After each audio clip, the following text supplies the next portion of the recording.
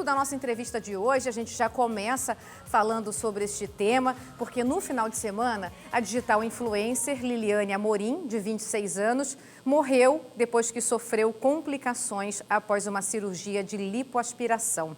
Ela fez o procedimento no dia 9 de janeiro, recebeu alta no dia seguinte já e continuou se sentindo mal. Ela teve mal-estar, dores no abdômen e dificuldade para se alimentar. Por causa do agravamento das dores, ela se internou, Ela já estava em casa, ela voltou a um hospital e no dia 15 de janeiro ela passou por uma nova cirurgia, mas morreu, infelizmente, no último domingo, ontem, gente? Após agravamento da situação. A família da jovem, nesse caso, está denunciando o médico por negligência. O caso está repercutindo muito na internet, principalmente porque a Liliane está aparecendo a foto dela aí para você de casa. Já era uma moça magra, bonita, com o corpo tudo em cima e mesmo assim ela optou por uma lipoaspiração. E para falar mais desse tema, desse assunto, hoje eu convidei o Dr. Alexandre Ferian, que é cirurgião plástico, para a gente conversar e entender como acontece uma lipoaspiração, e quando ela é indicada ou não. Boa tarde, uma ótima semana, doutor. Seja muito bem-vindo ao Ver Mais. Tudo bem? Quanto tempo, doutor? Boa tarde. Realmente muito tempo. É um prazer estar aqui para fazer esclarecimentos para todo mundo, tirar essas dúvidas sobre lipoaspiração. Vamos começar explicando primeiro, para quem é leigo no assunto, doutor, como que é uma lipoaspiração e quando que ela é indicada? Bom, a lipoaspiração ela tem vários tipos de técnicas e táticas operatórias. A mais utilizada é a lipoaspiração com infiltração de líquidos, que é a lipoaspiração úmida, a gente fala. Aí você pode usar aparelhos de lipoaspiração, de ultrassom, laser, dependendo da tática utilizada. Doutora, o caso dessa jovem está gerando polêmica porque era uma jovem, como a gente viu ali nas fotos, deixando claro, a gente não conhece a jovem, nem eu, nem o doutor, o que a gente sabe é o que a gente viu na internet também. Tem fotos dela de biquíni, de barriga de fora. Era uma jovem que, se a gente olhar, uma jovem magra. E mesmo assim, olha só essa foto é recente. Ela optou por fazer uma lipoaspiração. Quando uma paciente assim chega no seu consultório, qual que é a orientação? Então, ótima pergunta. Primeiro é a queixa da paciente. Mesmo as pacientes magras, elas têm gorduras localizadas que só são tratadas com a lipoaspiração. Elas não conseguem perder durante a academia, a atividade física, e fica aquele pneuzinho do lado, aquela barriguinha em volta do umbigo, que não consegue perder.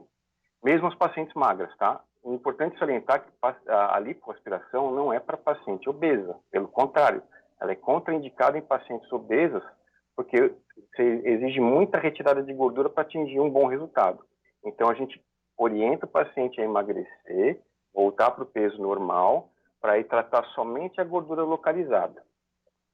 Agora, o que tem muito acontecido hoje em dia é a indicação da lipo HD ou a lipo LED, que o pessoal conhece como lipo de alta definição. É aquela que deixa o gominho assim? As magras querem fazer a definição da musculatura do abdômen.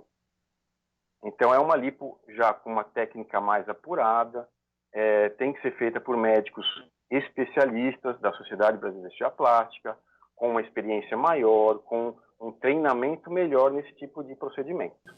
A lipo HD é aquela, então, que deixa a gente com os gominhos de academia? Exatamente. Ela melhora a definição da silhueta abdominal e, às vezes, dos flancos.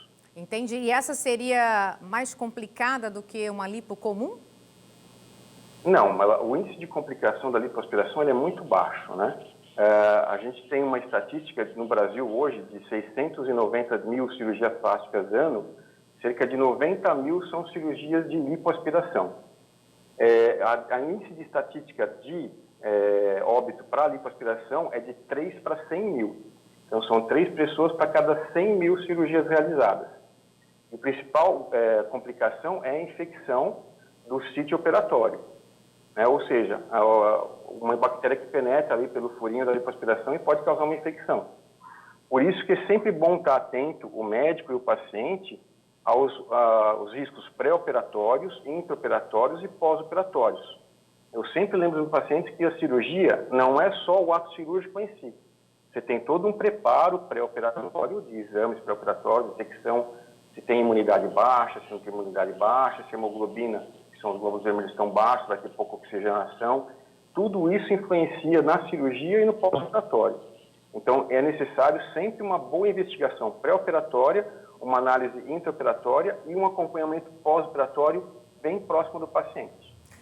Conversar com o cirurgião plástico, Dr. Alexandre Ferian, sobre cirurgia estética. A gente está falando desse assunto hoje porque uma influenciadora de 26 anos foi fazer lipoaspiração e, infelizmente, acabou morrendo.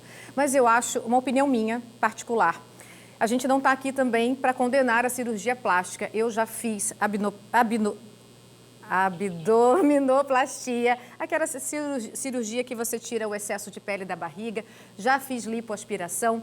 Então, a gente não condena a cirurgia. Eu acho que o que a pessoa que decide fazer uma cirurgia, ela tem que entender o quê?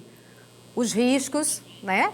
Escolher um bom médico, entender o que vai acontecer com o corpo dela naquele momento e saber que sim, uma cirurgia com certeza tem risco para a sua saúde. Mas os benefícios que eu tive com a minha cirurgia plástica deu tudo certo, graças a Deus.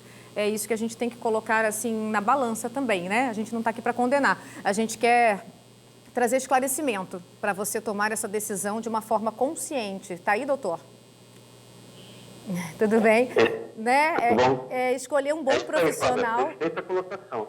Eu só não consegui falar o nome da cirurgia que eu fiz. Como que é? Abdominoplastia. Essa aí. Abdominoplastia. É isso aí. Então, porque eu acho que é bem importante essa escolha do profissional, né, doutor? Porque tem muita gente hoje com a rede social, com a internet, a propaganda é muito fácil ali, né? E você vê o antes, vê o depois, você acaba se empolgando com uma coisa que não é real e não olha o antecedente assim, desse doutor, né? Quantas cirurgias ele já fez, ele já está há quanto tempo? Como é que a gente faz para escolher esse médico, um bom profissional? Então, primeiramente, assim, tem que ser um médico especialista, cirurgião plástico. Aí você pode consultar o site do Conselho Federal de Medicina e vai aparecer a especialidade do médico naquele lugar. Geralmente é cirurgião geral e cirurgião plástico. Só cirurgião geral não serve, né? Tem que ter uma especialização em cirurgia plástica e também é mais fácil diretamente no site da Sociedade Brasileira de Cirurgia Plástica. Então, só digitar lá na internet, Sociedade Brasileira de Cirurgia Plástica, procure o seu médico cirurgião e já está separado por estado, por cidade, direitinho. Lógico que depende da empatia do paciente pelo médico. Então, a transmissão de confiança, a relação médico-paciente, ela tem que ser muito bem trabalhada, muito bem aceita e a confiança tem que ser estabelecida, né? Então, o médico tem que fazer um diagnóstico. Não adianta o paciente chegar no consultório e falar assim, eu quero fazer uma lipo. Não é só fazer a lipo.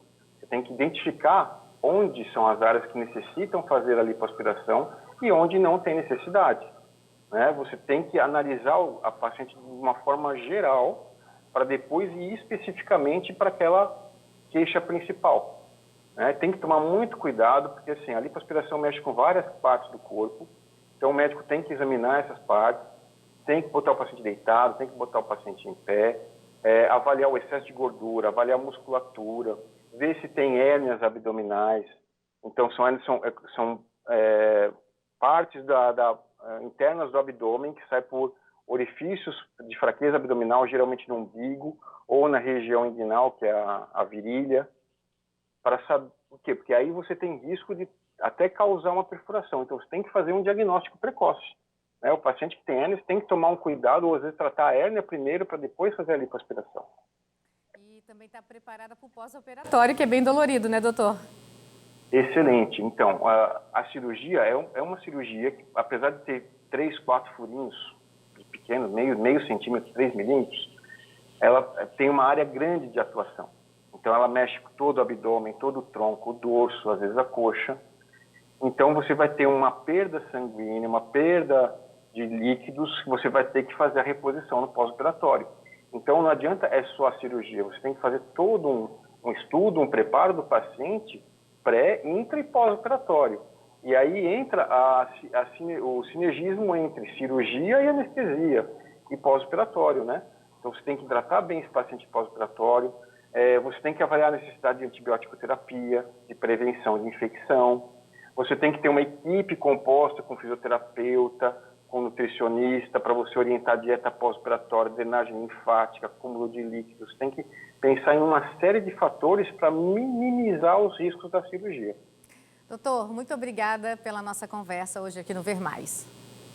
Flávia, parabéns pela reportagem aí da Rede Record. Vocês estão de parabéns, o pessoal que entrou em contato comigo, a Juliana, o pessoal da redação, o pessoal da produção. Adoro o jornalismo de vocês. Manda um abraço para o Caleb também, pessoal da dele. Um parabéns para vocês por todo esse profissionalismo.